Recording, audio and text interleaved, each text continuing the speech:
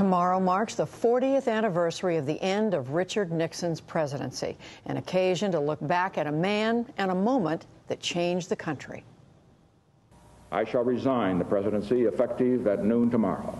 On the evening of August 8, 1974, from the Oval Office, President Richard Nixon announced his resignation. This after a 2-year-long saga that became known as the Watergate scandal. Some members of President Nixon's own administration testified against him, including former White House counsel John Dean, who said there had been a cover-up, one he had discussed with the president. I began by telling the president that there was a cancer growing on the presidency, and if the cancer was not removed, the president himself would be killed by it. And former White House aide Alexander Butterfield confirmed the existence of audio tapes on which the president had recorded all telephone calls and conversations in the Oval Office since 1971. Are you aware of any devices that were installed in the executive office building office of the president? Yes, sir. After the hearings, Democrats, commentators, and even members of his own party called for the president to resign.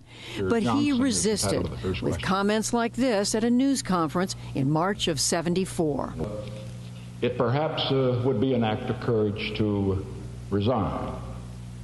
It also takes courage to stand and fight for what you believe is right, and that's what I intend to do.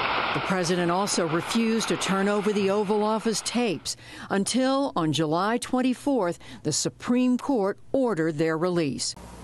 And sometimes I have failed.